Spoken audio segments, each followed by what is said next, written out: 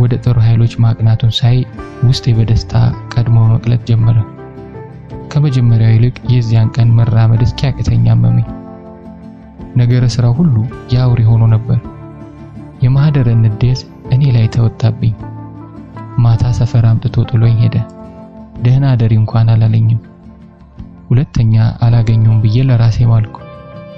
ግን ከዚያን ቀን ጀምሮ ሲፈልግ እዚያ አልቤርጎ እየወሰደ እንደፈለገ ይዝናናብኝ ጀመር። አንዳንዴ ከቀጠረኝ ከትምህርት ቤት ሁሉ ዘግቼ ወጥቼ አብሬው ሄድ ነበር። ምን ተስፋ እንደማደርግ እንጃ፣ ግን ተስፋ አደርግ ነበር። 12ኛ ክፍል ጨርሼ ኮሌጅ እስክገባ ከ2 ዓመት በላይ ይሄ ነገር ቀጠለ። ማንም አያውቅም ነበር። ማህደር እንኳን ይሄን አታውቅም ነበር። ተጣብቀው እንደተወለዱ መንትዮች የማትለየኝ ማህደረ ያን ሁሉ ጊዜ እንዴት እንደታወረች ባስብ እስከ ዛሬ እገረማለሁ። አገር ምድሩ በሚያውቀው መኪናው ድፍን ሜክሲኮና ልደታ የሚያውቀው ነጋዴ አንዲት ፍሬ ልጅ ሲያመላልስ እንዴት ወሬው ሚስቱ ጆሮ እንዳልደረሰ ሳስብ እገረማለሁ። ዳኛ ናትና ሲነገራት መረጃ ምስክር ምናምን ካላመጣችሁ አላምንም አለች ወይስ ለሙላ ቆንጆ እዚች ጋር ምንም አያደርግም ብለው ከወሬ አቅሜም አልበቃ ሆኜ ንቀው ትተውኝ። የ12ኛ ክፍል የዩኒቨርሲቲ መግቢያ ውጤት መጥቶልኝ ተደስቼ ባለሁበት ሰዓት አስደንጋጭ ነገር ተፈጠረ። አረገዝኩ። ለጋሽ አለምነህ ስነግረው ደነገጠ። ለመጀመሪያ ጊዜ እንደ ሰው አይቶ በስርዓት ምሳ ጋብዞ ቁጭ አድርጎ አወራኝ። ጽንሱ መውጣት አለበት ብሎ አሳመነኝ። ያን ሁሉ ነገር ማውራት አይጠበቅበትም ነበር እኮ። ዝም ብሎ አሶጩ ቢለኝ መልሴ እሽጣ ነበር። ያኔ ግን በስርዓት ስላወራኝ ከጽንሱ መውረድ ይልቅ እኔ ጋር በአደባባይ ምሳ መብላቱን ነበር እንደ ትልቅ ክብር ያየሁት። አሁን ላይ ነው ፍርሃት መሆኑ የገባኝ። ታዲያ እስከ ዛሬ አስባለሁ ያን ያህል ሚስቱ ጋር ሲኖር ልጅ አልነበራቸውም። እንቢ ብሏቸው ነው። ያልተሳሉት ታውት ያልሞከሩት ሕክምና የለም ይባላል። እዚህ አሶጭው እያለ እዚያ ሲሳል ትንሽ እንኳን ቅር አይለውም ወይንስ ልጁ በእኔ ወጥቶ መልከ ጥፉ እንዳይሆን ሰክቶ ነበር?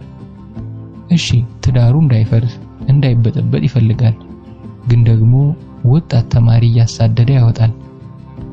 ከዚያ ወዲህ ትዳር የሚባለው ነገር ያስፈራኛል። ምኑም አይገባኝም።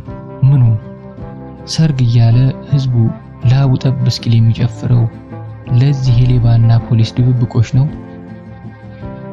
የሆነ ሆኖ ጋሽ አለምነህ የሚያውቀው ነርስ ይሁን ዶክተር እንጃ እሱ ጋር ልኮኝ ጽንሱን አስወጣሁት። እንዳሳመነኝ ቀላል አልነበረም። ያንን ነገር ካደረጉ በኋላ ለረጅም ጊዜ የቆየ የደም መፍሰስ ያስቸግረኝ ነበር። ሆስፒታል ሄዶ ለመታየት በመፍራቴ ረጅም ጊዜ ጥርሴን ነክሼ ቻልኩት። ቆይቶ መጥፎ ጠረን ያለው ፈሳሽ ከማህፀኔ እየወጣ ሰው ፊት መቀመጥ እስክሳቀቅ ድረስ ሲረብሸኝ ደፍሬ ታየሁት። ኢንፌክሽን ነው ብለው መድኃኒት ሰጡኝ።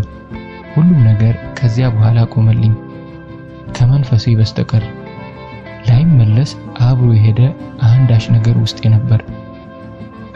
ቢያንስ ከዚያ በፊት መልከ ጥፉነቴ ከውጭ እንጂ ውስጤ ውብ ነው የሚል ስሜት ነበረኝ። ልክ እንደ ልብስ ብገለጥ በዓለም ተወዳዳሪ የሌላት ቆንጆ ሴት የምትገለጥ አይነት። ከዚያ በኋላ ግን ውስጤም ውጭም አስቀያሚ መስሎ ታየኝ። መጀመሪያ ኮሌጅ የገባሁት በእንዲህ ያለ የስጋም የመንፈስም ስብራት ነበር። ቢሆንም ጋሽ አለምነህ ከውስጤ ሊወጣ አልቻለም። ክፉኛ ይናፍቀኝ ነበር። ብዙ ጊዜ ወይ በትምህርት ጉብዝናዬ አለያም በማህደረ በኩል ከሚቀርቡልኝ ወንዶች አንደኛቸው ለፍቅር አስበውኝ አለማወቃቸው የሚፈጥርብኝ ህመም የማስታግሰው ልዕልት የመሰለች ሚስቱን ትቶ እኔ ጋር የተኛ ወንድ ነበር። ምድረ ኮሳሳ መጣችሁ ቀራችሁ እያልኩ ነበር ማህደረም በሰልፍ ለፍቅር የሚማጸኗት ወንዶች በእንቢታ እየሸኘች በግቢው መነኩሴዎቹ እስከመባል ደርሰን ነበር። እስከመረቅ አንድም ወንድ ጋር ወጥቼ አላውቅም። በእርግጥ የምቀርባቸው ወንዶች ነበሩ፣ ግን ሁሉም እንደ መጋረጃ እኔን ወደ ጎን ሰብሰብ አድርገው ወደ ማህደረ የሚንጠራሩ ነበሩ። ማህደረ አሁን ያገባችው ባሏን ዮናስን ጨምሮ። የተመደብኩት ንግድ ሥራ ኮሌጅ ስለነበር በየቀኑ ከቤቴ እየተመላለስኩ ስማር አልፎ አልፎ ጋሽ አለምህን አየው ነበር። ሲያሰኘው የአንገት ሰላምታ ሰጥቶ ያልፈኛል። በልካለውም ከናካቴው ዘግቶኝ ይሄዳል። በመጨረሻ እንዴት እንደሆነ እንጃ ሚስቱ ጋር ጠቅልለው አሜሪካ ገቡ አሉ። ሄጃለሁ፣ ደህና ሆኜ ማንን ገደለ? ይህን ስሰማ እስከመሞት ድረስ ወንድ የሚባል የሚቀርበኝ አልመሰለኝም ነበር። ከቤት ወደ ሥራ፣ ከሥራ ወደ ቤት መመላለስ የህይወቴ ዑደት በሆነበት በ8ኛው ዓመት እንደሆንጃ ታክሲ ውስጥ አንዱ በጉራም ጥርስሽ ያምራል ብሎ ነጀተኝ። ተሰብሬ የተገኘሁ እኔ ቶማስ የሚባል መንፈሰ ሰባራ ጋር ለዛ የሌለው ፍቅረኝነት ውስጥ ገባሁ። ውስጤ ያን ሁሉ ከበደለኝ ጋሽ አለምነህ ይልቅ ቶማስ ላይ ያጉረመርማል። የዚያን ቀን እዚህ ራስ ሆቴል የነበረ የመጽሐፍ ምረቃ ዝግጅት ላይ የሄድኩት ከሳምንት በፊት የገዛሁትን ሚኒስከርት የት ልልበሰው እያልኩ ሳስብ እንዲሁ ስራ ቦታ ምናምን የሚለበስ አይነት አልነበረም። አንዲት አየር መንገድ የምትሰራ አስተናጋጅ ናት ከፊንላንድ አመጣሁት ያለችኝ የሀበሻ ቀሚስ አይነት ጥልፍ ያለው የፈረንጅ ሚኒስከርት። ገልብጬ ታጉን ሳየው ሜድ ኢን ቻይና የሚል ከቻይና ፊንላንድ ከፊንላንድ ኢትዮጵያ የመጣ ከርታታ ስደተኛ ቀሚስ። አንቺ እግርሽ ያምራል ሞክሪው ምናምን ብላኝ ብሩን እንኳን ገና አልከፈልኳትም። እና ጓደኛዬ ቶማስ የሥነ ጽሑፍ ዝግጅት አለ ብሎ ስለጋበዘኝ ሚኒስከርቴን ለማሳየት ነበር ሄድኩት። ታዲያ ማህደርን ይዣት ሄድኩ። አብርሃም የሚባለውን ጸሐፊ መጽሐፍ አስነብቢያት በአንድ መጽሐፍ እንደ መውደድ አድርጓት ነበር መሰል። ያን ሰሞን ወሬዋ ሁሉ እሱ ሆኖ ነበር። በምንም ነገር ማህደረ እንደዚያ ነበረች። አንድ ነገር ትይዛለች፣ ግራ ቀኝ አትልም። ምንም እንኳን መጽሐፉን ሳውሳት አንብቤ እንደወደድኩት አጋነኜ ቢሆንም እሷ ስታዳንቀው ምን ቢጻፍ ነው ብዬ ከሷ በኋላ ነበር ያነበብኩት። ሐዘን አልወድም ያለን መቻነሰን ሳቅ ከሚፈጥርብኝ ደስታ አልፎ ጥርሴን የማሳይበት አጋጣሚ ነው ለኔ። በሐዘን ብራመት ምን አተርፋለሁ? እዚህ ፊት ላይ እንኳን ሐዘን ተጨምሮበት። ያ መጽሐፍ ያን ሰሞን የተወራለት የእናትና ልጅ ታሪክ ነበር። አንጀት የሚበላ ነገር አጋምሼ ተውኩት። አንዳንድ ሰው አለ ከአንዳንድ የተተኮሰው የማይስተው። የዚያን ቀን ማህደርና አብርሃም ተዋወቁ። ትውውቁ ትንሽ አስቂኝ ነገር ነበረው። ልክ ዝግጅቱ እንዳለቀ ቶማስ አብርሃምን አምጥቶ ሊያስተዋውቀን ወደፊት ሄዶ ነበር። የቶማስ ባህሪ ይገባኛልና በውስጤ የማይታይ ፈገግታ አለ።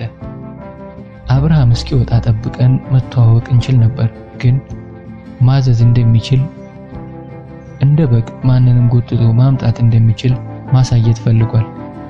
ይቺንማ አልስታትም፣ እኔም ውስጥ አለች። ማህደርን ሊተዋወቁ ለሚያሰፈስፉ ወንዶች እንደፈለጉ እንደማዛት ለማሳየት እንደዚያ ያደርገኝ ነበር። ይህን እያሰብኩ ዞር ብል ማህደረ እንደለመደችው ጫማዋ ጠፍቷት ወንበር ስር ትፈልጋለች። ግራ የሚገባኝ ባህሪዋ ይሄ ነው። የትም እንሄድ የት ስትቀመጥ የአንድ እግሯን ጫማ የማውለቅ አመል አለባት። ታዲያ አንዳንዴ ጫማዋ ይጠፋባታል። ጫማ የጠፋ ትላለች። አትጨማለቂ፣ የአንቺ ጫማ ፈላጊ አይደለሁም ብልም ያው ማፋለጊ አይቀርም። ጫማው ሳይገኝ ቶማስ ልክ ግዳይ እንደጣለ አንበሳ አብርሃምን እጁን ይዞ እየጎተተው አጠገባችን ደረሰ። ገና ከመምጣቱ ገና ሳይተዋወቁ ምን ጠፍቷችሁ ነው አለ። ማህደርን እያየ ድንብርብር ብላ ወደ እግሯ እያሳየችው ጫማ ያለችው። ባዶ እግሯን እየተመለከተ እንኳን ጠፋ ባይጠፋ ይሄን ቆንጆ እግር አናይም ነበር አለ። እስኪ አሁን ይሄን ምን ይሉታል? ደግሞ የእርሷ መሽኮርመም። ወዲያው ራመድ ብሎ ጫማዋን ከሆነ ቦታ አገኘውና ይዞ መጣ። ቶማስ ታዲያ በኋላ ምን እንዲያደናብራታል? ጫማዋ እስኪጠፋ? ድሮም ሴቶች ሲቆላቸው እንዲህ ናቸው። ሆን ብላ እግሯን ለማሳየትም ይሆናል አለ። እሱን ማስረዳት ድካም ስለሆነ ዝም አልኩ። ሰበብ ፈልጎ ሴቶችን ካልዘለፈ አይሆንለትም። በሽተኛ። ተያይዘን በቅርብ ወደሚገኝ ካፌ ሄድን። አብርሃም አይኑን ከማህደር ላይ ሊነቅል ነው እንዴ? ፊታችን አንዴ መልኳን አንዴ ፊቷን ሲያሞግስ ይሉኝታ እንኳን አልያዘውም። የሆነ ብቻቸውን የተቀመጠው አይነት። እኔንም ቶማስንም ከሰው አልቆጠረ ነው። ያቺ ወንድ ለምን አየኝ ብላ የምትመናቀር ማህደረ እየተሽኮረመመች ዝም። ምንድነው እየሆነ ያለው ብያለሁ በውስጤ። ልክ ከዚያ በፊት እንደሚተዋወቅ ጓደኛ ነበር አወራራቸው። በተለየ ማህደረ ነገር ገርሞኝ ልሞት። ሰውን አውቀዋለሁ ማለት ዘበት ነው። ከሳምንት በኋላ መሰለኝ እየተፍነከነከች ደወለልኝ አለችኝ። ያቺ ደመቀዝቃዛ ጓደኛዬ እንደዚያ ስትሆን አይቻት አላውቅም። ግንኙነታቸው ፍጥነቱ እስከዛሬም ይገርመኛል። መሃል ላይ ምን እንዳለፈኝ አላውቅም። ልክ አይኔን ከድኜ ስከፍተው በፍቅር እየከነፉ አገኘኋቸው። ከደወለላት ልብሷን ጥላ መሮጥ፣ ከደወለችለት መድረክ ላይ የሚያነበውን ነገር ትቶ ወደሷ መሮጥ ነው። በተለይ ማህደረ ልክ ግድቡ የተደረመሰ ውሃ አይነት ነበር በፍቅር የጎረፈችው። አልዋሽም፣ ድብን የሚያደርግ ቅናት ተሰምቶኛል። የነገሩ ፍጥነት፣ ስሜቱ፣ በተለይ ስሜቱ። ተጠንቀቂ፣ እሱ ልጅ ሴት ይወዳል ይባላል አልኳት። እንዲህ የተሳካ ነገር ግን ከዚያ በፊት አይምሮዬ ውስጥ ያልነበረ አረፍተ ነገር ካፌ ተቀነባብሮ አመለጠኝ። አዎ ነግሮኛል አለችኝ ቀለል አድርጋ እየሳቀች። እውነቱን ለመናገር ካንቺ የተሻለ አውቀዋለሁ። እኔንም ሞክሮ ነበር። ንቄትቸው ነው በሚመስል ውስጥ ዋቂ ፈገግታ። እንዲሁ ለማለት ካልሆነ በስተቀር ሴት ይውደድ አልያም መነኩሴ ይሁን ወይም ሰልብ የማውቀው ነገር አልነበረም። በእርግጥ የፍቅረኛ የቶማስ ጓደኛ ነበር። ግን እንኳን ጓደኛውን ራሱ ፍቅረኛዬንስ የታውቀዋለሁ። አንዳንዱ ቃል እንደ ትንቢት ይይዝ የለ። ያገኛት ሴት ጋር የሚሄድ በኋላ ፈሰስ መሆኑ ቆይቶ ሰማሁ። አሁንም ሰማሁ ነው። ትንሽ ቅሬታ ነበረኝና የሰማሁትን ማመን ፈለግሁ። ስለሱ ክፉ የተወራበት ቦታ እሱ ያደርግም አይባልም እያልኩ አልጠፋም። ቀናት ብቻ አልነበርም፣ በሆነ የማላውቀው አይነት ምሬት ተሞልቼ ነበር። ከዚያ ወዲህ ይሄን በተለይም ያችን ለስላሳ ቀናቴን ለማስታገስ የማይገባኝን ስነ ጽሑፍ ተንተርሼ በስራው እየታከክሁ ላገኘሁት ሁሉ የማይረባ ጸሐፊ መሆኑን ማወጅ ጀመርኩ። ውኡቴ በእነ አዲስ ዓለማየሁ፣ በእነ በዓሉ ግርማ ሀገር፣ በእነ ጸጋዬ ገብረ መድኅን፣ በእነ ስብሐት ገብረ እግዚአብሔር ሀገር እያልኩ አንዳቸውንም ከስማቸው በስተቀር ምን ጻፉ ብባል አላውቅም። ቶማስ እንደ መፈላሰፍ ሲያደርገው የቀደሙትን አጥንት ከመቃብር አውጥተን አሳምረን ስለን ቋሚውን ለመውጋት ማንበብ ምን ያስፈልጋል? እነሱንስ ከነሱ በፊት ባሉት አልወጋንም። የሀገር ቤቱ አጽም ቢዶሎዱሙብን ከራሽያ በረዶ ስር ቆፍረን ባመጣነው አጽም ከሙታን አጥንት መርዛማ ፈላጻ በመስራት ጠቢባን ነን ይላል አንዱ ወጊሱ እንዳልሆነ ሁሉ። እናም በአጥንቶቹ ላይ ተረት መርቅበታለሁ። ጋኖች አለቁና ምንትሶች ጋን ሆኑ። ሰው ቢታጣ ይመለመላል ጎባጣ። ሰው ጥሪ ቢሏት አገር ሲያረጅ ጃርት ያፈራል ምናምን። ማህደረ ይሄን ሁሉ ስለሌላ ስለማይመለከታት ሰው የማወራ ይመስል በሚያማምሩ የዋህ አይኖቿ ያየችኝ በፈገግታ ጸሐፊ ይሁን ነፍሰ ገዳይ ምን አገባኝ ግን በቃ ውድድ አድርጌዋለሁ ትለኛለች። ይህም ያበሳጨኛል። ያ ሁሉ ጥቅስ ተረት ማጣጣል ውሃ ሲበላው፣ ያ ሁሉ ፈላጻ ኢላማው ላይ ሳይደርስ ሲመክን ያበሳጨኛል።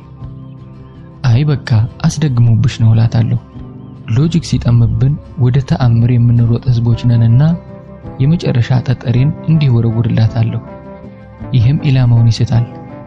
ምንም እንዳላወራው ነገሬን ችላ ብላ ይልቅ ሀይሚዬ አንድ ነገር ልንገርሽ፣ ወይኔ ቤቱ ያለው ሲዲ ፕሌየር አተላለቁ ድምጹ ትልና በሳቅ ፍርስ ትላለች። የራሴን ግምት ማመን ጀምራለሁ። ይሄ ልጅማ አስደግሞባት ነው። እስኪ አሁን ሲዲ ፕሌየር ምኑ ነው እንዲህ የሚያማልለው? በእግዚአብሔር ቤት ነው መኪና? ጓደኛዬ ማህደረ ጠይም ናት። በጠይሞች ሀገር ጠይምና ምን ይገርማል? አፍንጫ ነው ጥርስ፣ ጸጉር ነው ቅርጽ ብልም የማህደረ ጠይምና ግን ያያት ሰው ሁሉ አእምሮ ውስጥ ለዘላለም ታትሞ የሚቀር አይነት ነበር። ሕፃን ሆነን ባርች እያልን ነበር የምንጠራት። ስናድግ ግን ጠይምነቷ አብሮ አደገ። እንደ ቁመት፣ እንደ ጸጉር፣ እንደ ጥፍር የሚያድግ ጠይምና እድገቱ የመጠን አልነበረም፣ ባለበት የመታደስ እንጂ። ጥቁር የነበረችው ልጅ ስታድግ ጠይም ሆነች። ፀሐይ እንደ ዲን በሚወርድበት ሀገር ፈረንጅ መጥቶ ጠይሞ በሚመለስበት ምድር ጥቁር መጠየሙ ምን የሚሉት ነገር እንደሆነ እንጃ። በቃ አይናችን እያያት ጠየመች። ተፈጥሮ ወገቧን ታጥቃ የኳለቻት ሴት ማህደርን አየሁ። አንዳንዴ ታዲያ ዝም ብዬ መልኳን ስመለከተው ውስጤን የሆነ ብስጭት ይሞላዋል። ቁመት፣ ጸጉር፣ የሰውነት ቅርጽ፣ አይን፣ አፍንጫ፣ ከንፈር፣ ጥርስ፣ ጡት፣ እጅ፣ እግር እንዴት ተስተካክሎ ለአንድ ሰው ይሰጣል? ያቺ ህያጅ እናቷ ከየት ቀላቅላ ብትወልዳት ነው እላለሁ። ከአንድ ወንድ ብቻ የተወለደች እስከማይመስለኝ ድረስ ማህደረ ቆንጆ ነገር ሁሉ ተለቃቅሞ የተሰጣት ልጅ ነበረች። እና አሁን ፈጣሪ ፍትሃዊ ነው ማለት እንዴት ይችላለሁ? ከአሟሟቱ የቀብሩ ፍቅረኛዬ ቶማስ ሞተ። እንዲህ በቅርብ የማውቀው ሰው ሲሞት የመጀመሪያዬ ስለነበር ስለሞት አብዝቼ ያሰብኩ። ስለ ቶማስም ሳምንቱን ሙሉ ማሰብ አላቆምኩም። ምናልባት በቁሙ ያላስተዋልኩት አንዳች በጎ ነገር ይኖረው እንደሆነ ብዬ። ከሞተ በኋላ ብዙ አሰብኩ። ስለሞተ ብዬ አንገቱ ረጅም ነው አልልም። ፍቅረኛዬ ስለነበረም ብዙዎች የሚያውቁን እንደሚያስቡት የማይሆን አይነት ማለቃቀስ ውስጥ አልገባም። እውነታው ለሰው ባላወራም ቶማስ ቀናተኛ፣ ምቀኛ፣ የሰው ስኬት የማያስደስተው ነገረ ስራው ሁሉ አስፈሪ ነገር ነበር።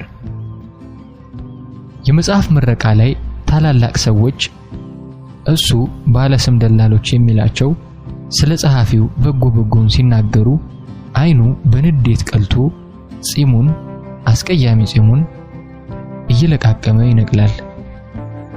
ጺሙን በመንቀል ነበር የሚያስተካክለው። እሱ ለነቀለው እኔ ያመኝ ነበር። አንዳንዴ በሚነቅለው ቦታ ትንንሽ የደም ነቅጦች ብቅ ይሉ ነበር። አያምህም ስለው ያማል ግን ስቃዩ ደስ ይለኛል ይላል። ፍልስፍና መሆኑ ነው። ነብይ ነኝ ለማለት ሳይሆን ፈጠነም ዘገየ እንደሚሞት ቀልቤ ነግሮኝ ነበር።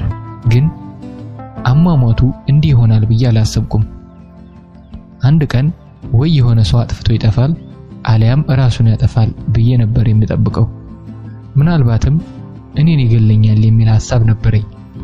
ግን አልፈራም ነበር። ሐሳቡን ፊት አልሰጠውም እንጂ በውስጤ በጣም ጥልቅ በሆነ የአእምሮዬ ክፍል ትንሽ ለሰሚው ግራ የሆነ አነጋጋሪ አሟሟት መሞት ፈልግ ነበር። አለ አይደል የሚያፈቅራት ልጅ በቅናት ተነሳስቶ ገደላት መባል። ቶማስ የሞተው ምንም በሌለበት በተባራሪ ጥይት ተመቶ ነው አሉ። መጠጥ ቤት ውስጥ ከ50 በላይ ሰው በታጨቀበት መጠጥ ቤት በተነሳ ተራ የሁለት ሰዎች ጸብ አንዲት ጥይት ተተኮሰች፣ ቶማስን ገደለችው። ስሰማ ደንግጬ አለቀስኩ። ደንግጬ ነው። የሚያውቁት ሰው ሲሞት ያስደነግጣል። እንኳን አንሶላ ተጋፈው። በዚህ ሁሉ ውስጥ ታዲያ የሰውን ዘር ጠልቶ የሚኖር ቶማስ ሞቶ እንኳን ባህሪው ያስፈራኝ ነበር። በዚያ ልክ ሰዎችን መጥላት፣ ያውም እንደሚለው በግሉ ምንም ያልበደሉትን ከዚህ በፊት አይቷቸው እንኳን የማያውቃቸውን ሰዎች። ስለ ቶማስ ሳስብ እፈራለሁ። ሰዎች በልብስና መኪናቸው በስልጣንና ውበታቸው ሸፍነውት ውስጣቸው እንደ ቶማስ በጥላቻ ያበደ ቢሆንስ እያልኩ ፈራ ነበር። ሴቶች ቆንጆ በመሆናቸው ይጠላቸዋል። ወንዶች በሴት በመፈቀራቸው ይጠላቸዋል። ሕፃናት ሳይቀር ሳቃቸውና ፍንደቃቸው ያበሳጫቸዋል። ሁሉንም ሕፃናት ዲቃላ ነበር የሚላቸው። በዚህ ሁሉ ጥላቻ መሃል አብርሃምን ይወደው ነበር። ጅል ነው ይላል፣ ጽሑፍስ ላይ እለዋለሁ። የማጥላላበት ሙያዊ ስድብ ከሱ ለመዋስ በጉጉት የኔ ታይፕ አይደለም፣ ግን አሪፍ ይጽፋል። ይቀርባል፣ ግን ጠብ ትችት አይፈራም። ብዙም መታየት ምናምን አይወድም። ሴት ይወዳል፣ ሴቶች ደግሞ ይሻፍዱለታል። ምክንያቱም ሴት ይወዳል። ሁላችንም ሴት እንወዳለን። ሴቶች መልሰው የሚወዱትን ግን ጥቂቶችን ብቻ ነው። ባዮሎጂው አይገባኝም። እንዲህ ሲል ፊቱ ላይ የቅናት ቅሬታ ያንዣብብ ነበር። ታዲያ ቅር ይለኛል። ምንም ሳይሆን ሴትነቴን፣ ገንዘቤን፣ ጊዜን ሰጥቼዋለሁ። ለምን የሌላ ወንድ በሴቶች መወደድ ያስቀነዋል? እኔ ሴት አይደለሁም? የቀብሩ ቀን ምን ገረመኝ? መጀመሪያ የገረመኝ አካሄዴ ነበር። ምንም ይሁን ምን ቶማስ ፍቅረኛዬ ነበር። በውስጤ ልጥላው እንጂ ለአንድም ሰው ስለሱ ክፉ ተናግሬ አላውቅም። ስራ ሳይኖረው ከሰው የሚያኗኑር ባህሪ ሳይኖረው አብሬው ኖራለሁ። ይሄ ደግሞ እንዴት ብታፈቅረው ነው ሲያስብለኝ የኖረ ነገር ነበር እና ድንገተኛ ሞቱን ስሰማ አንድ ነገር ትሆናለች ብሎ ከጎኔ የሚሆን ሰው እንዴት ይጠፋል? ይሄም ቢቀር ወግ አለ፣ ባህል አለ። አነሰም በዛም ከመቀርባቸውና ግንኙነታችንን ከሚያውቁ ጓደኞቼ አንድ እንኳን ሰው አብሬሽ ሊሄድ አለማለቱ ገረመኝ። የሁሉም ይቀር የማህደረ ነገር ነው የደነቀኝ። ደውዬ የቀብሩን ቀን ነግሬያት አይመቸኝም ብላ ቀብሩ ላይ አልተገኘችም። ሁለተኛው የገረመኝ ነገር የቀብሩ ቦታ ነበር። እዚያ አብርሃም የሚኖርበት ሰፈር መንደር ዳር የታክሲ ፌርማታው እዚህ ሆኖ ቀብሩ እንደ መድረክ ከፍ ያለ ቦታ መንገዱን ተሻግሮ በግራ በኩል እዚያ ወደ ቀብሩ ለመሄድ ከፍ ያለው መሬት ወደ አስፋልቱ እንዳይንሸራተት በተገነባው የድጋፍ ግንብ መሃል ያለው የድንጋይ ደረጃ በመጠቀም ነው። ብዙ ጸሐፊ ጓደኞች ስለነበሩት የቀብር ኮሚቴ የተባሉት እነሱ ናቸው። ዘመድ የለው ምን የለው። በሕይወት ዘመኔ አንድም ሰው ያላለቀሰበት ቀብር ያንን አየሁ። ብዙዎቹ እኔ እንዳለቅስ ጠብቀው ነበር ይመስለኛል። እንባዬ ከየት ይምጣ? ነገረኛ ነውና መንገድ ዳር እንቅበረው ብለው እንደሆነ እንጃ፣ ብቻ እዚያ ቀበሩት። ከቀብር መልስ ቶማስ ዘመድ የለውም ነበርና ሁልጊዜ በሄድንበት የሚይዛትን ማንገቻዋ የነተበ የቆዳ ቦርሳ አምጥተው ሰጡኝ። ውርስ መሆኑ ነው። ማታ ቁጭ ብዬ ስበረብር ምን አገኘሁ? ብዙ ቀይና ሰማያዊ እስክሪብቶች፣ ሁለት ምንም ሳይጻፍባቸው ያረጁ ማስታወሻ ደብተሮች። አልፎ አልፎ ርዕስ ነገር ተጽፎ ተሰርዟል። በዚህ ሁሉ ጊዜ የጻፈው አንድም ነገር የለም። እየባከነ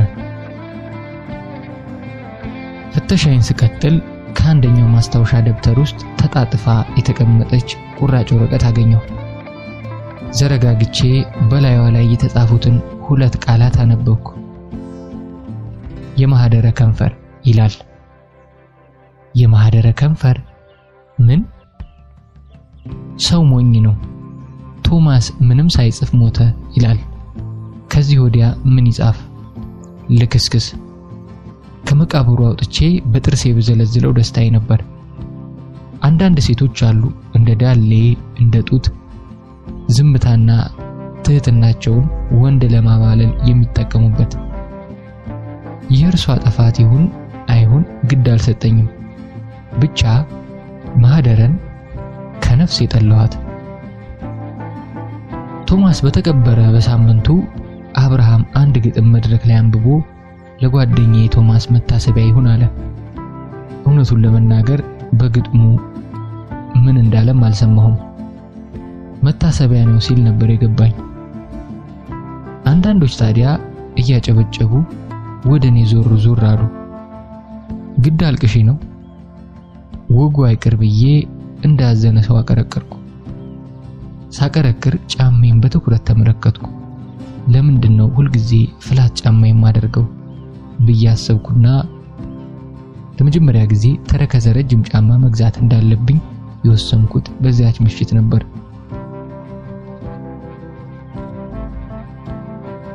አበበ ጠላ ጠጣ። ዮናስና ማህደር ተጋቡ እያልኩ ለራሴ ደጋግሜ የምናገረው ስለሚገርመኝ ነው። ባልተበየው እዚያ ንግድ ሥራ ኮሌጅ እያለን ትምህርቱን አቋርጦ ሱዳን እንደሄደ ነበር የሰማሁት። ቤት ዞሮ አሜሪካ እንደገባ እንጃለት። ማህደረ ጋር እንዴት እንደተገናኙ እንዴት እስከ ጋብቻ እንደደረሱም አላውቅም። አንድ ቀን እንኳን ስሙን አንስተነው አናውቅም። ለኔ ተአምር ነበር። ይሄ ዮናስ የሚባል ልጅ ከማህደረ ይልቅ እኔ ጋር ነበር የበለጠ ይቀራረብ የነበረው። እንዲያውም ስደት ቀደመን እንጂ የቀለጠ ፍቅር ውስጥ እንገባ ነበር ብዬ ፋይሉን የዘጋሁት ሰው ነው። እንደዚያ ያሰብኩት ከመሬት ተነስቼ አልነበረም። ጊዜው ስለራቀ በብዥታ ቢታጠርም ዮናስ ከኮሌጅ ከመጥፋቱ አንድ ቀን በፊት የተፈጠረውን ነገር አረሰው። ላይብረሪ አምሽቼ እየወጣሁ ነበር። የዚያን ቀን ማህደረ የለችም። ብቻዬን ነበር። በዚያ የሆነ ነገር ኮፒ ላድርግ ብዬ እዚያ አካባቢ ወደ ነበረች ፎቶኮፒ ቤት ስሄድ ዮናስ ጋር ተገናኘን። ሁልጊዜ እዚያች ቤት አይጠፋም ነበር።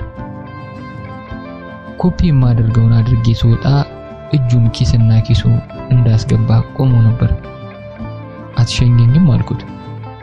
አብሮኝ ወጣና ትንሽ ሄደን መንገዱ ዳር ቆመን የባቴ ቆጡን አውርተን እንደ ልማዳችን ጉንጭ ለጉንጭ ተነካክተን ልንሰነባበት ስንጠጋጋ ድንገት ከንፈሬን በስሱ ሳመኝ። ከንፈራችን ተነካካ። ሲመስለኝ ትንፋሹ ጠላ ይሽት ነበር። እስካሁን ጠላ ሲሸተኝ መሳሳም አብሮት እዚህ ይለኛል።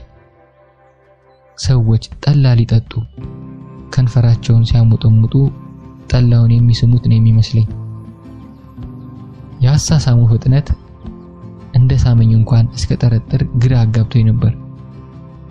አልተቆጣሁትም።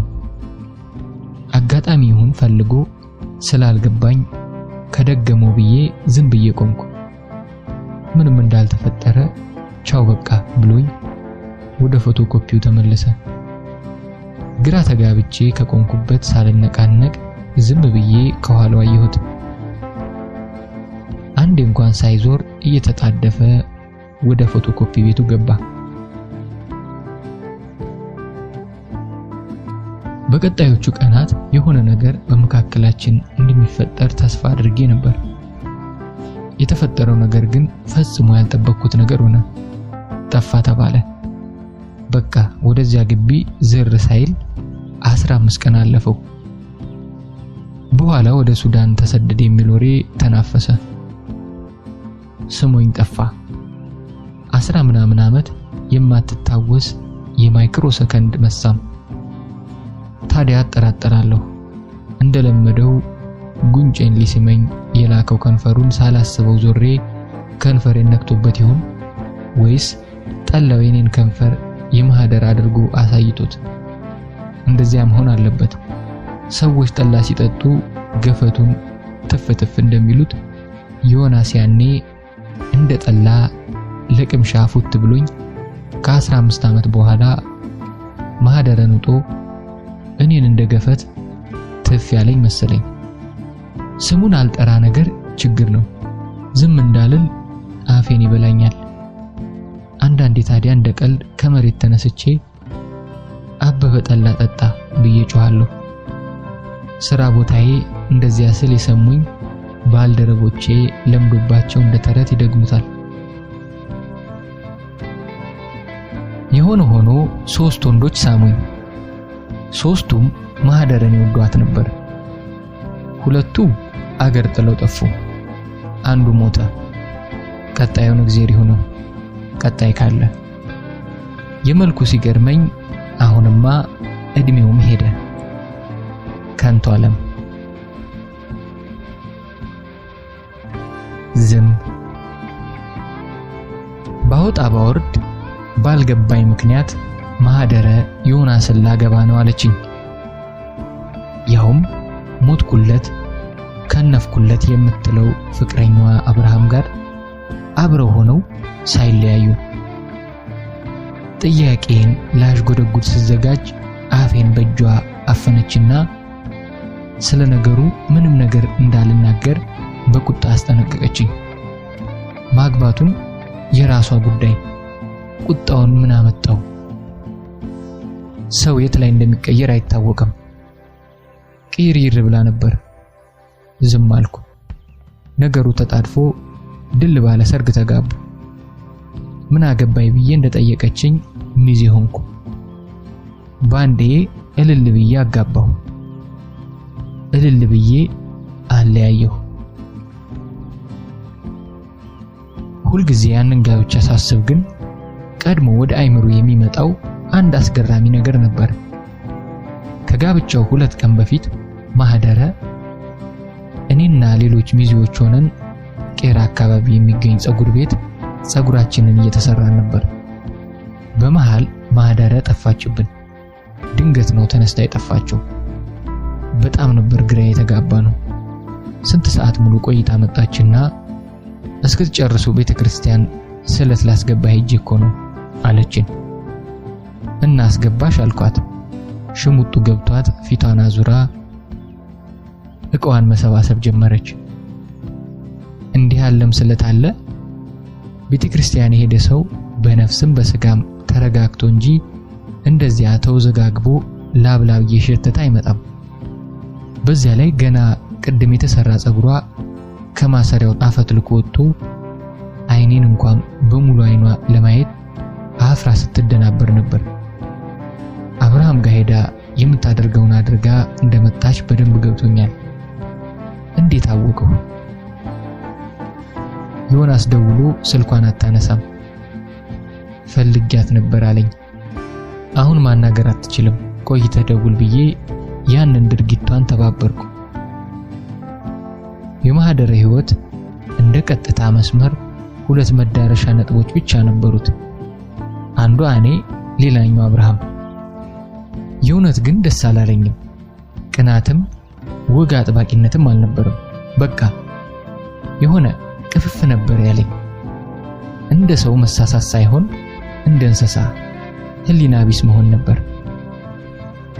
በቀን አባትም እኔ ውስጥ የሌለ ጨዋነቷን እወደው ነበር። ፈራረሰችብኝ። ያኔ ልክ እንደ 60 ዓመት አሮጊት ምን አይነት ዘመን ላይ ደረስን ብዬ ዝም አልኩ። ዝም ማነሽ ባለ ሳምንት። ያኔ ነው ስለ አብርሃም አጥብቄ ማሰብ ጀመርኩት። እንግዲህ በዚያ ሰሞን በፍቅረኛው ማህደረ ተከድቷል። መካድ ከተባለ ከአሜሪካ በመጣ ሰው ተፈንግሏል። በዚያ ላይ የኔም ፍቅረኛ የሱም ጓደኛ የሆነ የጋራችን ሰው ሞቶብናል። የሚያቀራርብ የጋራ ጉዳይ አለን ብዬ አጉል አይነት ተስፋ በልቤ ያደረ። እንደዚያ እንዳልጠላሁት ከመሬት ተነስቼ ደወልኩና ወሬ ጀመርኩት። ለቶማስ ስላደረገው ነገር ሁሉ አመሰገንኩት። በጣም ቁም ነገረኛ መሆኑንም አጋነኜ አዳነቀው። በአካል አግኝቼው ለማመስገን ቡና እንድንጠጣ ጠየቅኩት። እንዲያውም ላገኝሽ ሳስብ ነበር የደወልሽው አለ። ምናልባት ስለ ማህደረ አንዳንድ ወሬ ለመስፋት ፈልጎ ይሆናል ብዬ አሰብኩ። እሱ ግን ቶማስ የጻፈው የሆነ ነገር እጅሽ ላይ ይኖር ይሆን? ግጥም ወይም ልቦለድ ለማስታወሻ ይሆን ዘንድ ከሌሎች ስራዎች ጋር ላሳትምለት አስቤ ነበር አለኝ።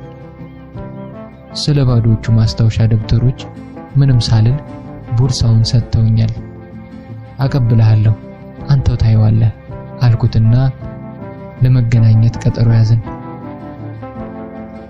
ያችን የማህደረ ከንፈር ቁራጭ ወረቀት ለብቻ አውጥቼ ያስቀመጥኩና ቦርሳውን ለወስድለት አዘጋጀሁ።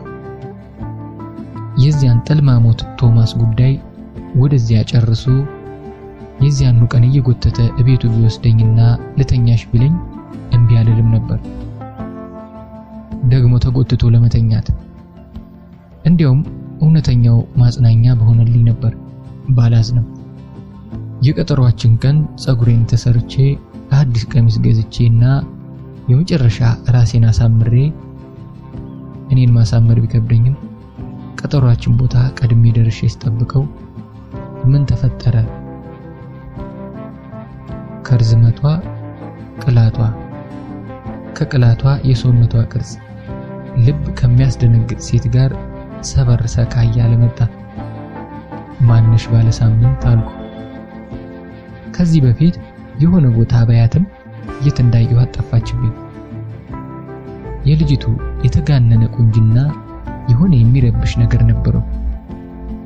ከገባች ጀምሮ ሬስቶራንት ውስጥ የነበሩ ወንዶች ሰበብ እየፈለጉ ሊያዩዋት ሲጣጣሩ ታዘባለሁ። አንዱ የሆነ ነገር የወደቀበት መስሎ ዞር ይልና ከኋላዋ አየት፣ ሌላው ባዙሩን ደርሶ ሲመለስ ፊቷን በቁሙ ሸምድዶ ያልፋል።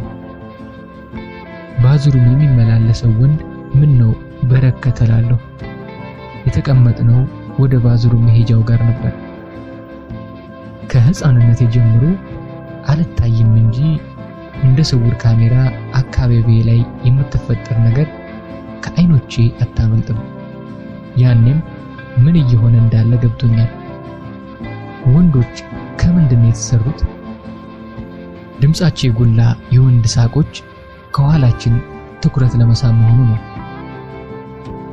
አለባበሷ ገራሚ ነበር። ከግራ ወደ ቀኝ ተላላፊ ጋውን የመሰለ አጭር ጥቁር ቀሚስ፣ ወገቡ ላይ በባለ አበባ የፈረንጅ መቀነት ሸብ የተደረገ፣ ቀበቶውን ጫፉን ይዛ ብትስበው ቀሚሷ ግራና ቀኝ ተከፍቶ ራቁቷን የምትቀር ነበር የምትመስለው።